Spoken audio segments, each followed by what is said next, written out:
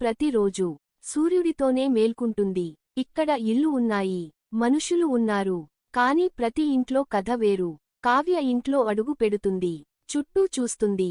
కావ్య ఇల్లు పెద్దగా ఉంది, కానీ మాటలు ఎందుకు లేవు? గౌరమ్మ కూర్చుని ఉంటుంది. కావ్య దగ్గరకు వస్తుంది. అత్తా, నీళ్లు కావాలా? అవసరం లేదు. మీరు ఎప్పుడూ ఇలా మౌనంగా ఉంటారా? అలవాటు అయిపోయింది. దగ్గర మహిళలు. ఈ ఇంట్లో కొత్త కోడలు వచ్చిందంట. ఎంత రోజులు తట్టుకుంటుందో. వెలుగులో ఉంది, మనసులు ఎందుకు మూసుకున్నాయి?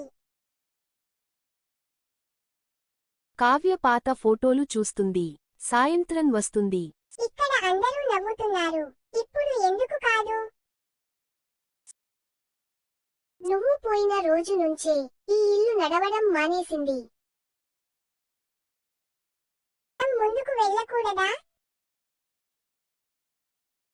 భయం అలవాటైపోతే బతకడమే కష్టం. వెలుగు బయట కాదు, మనలోనే ఉంది.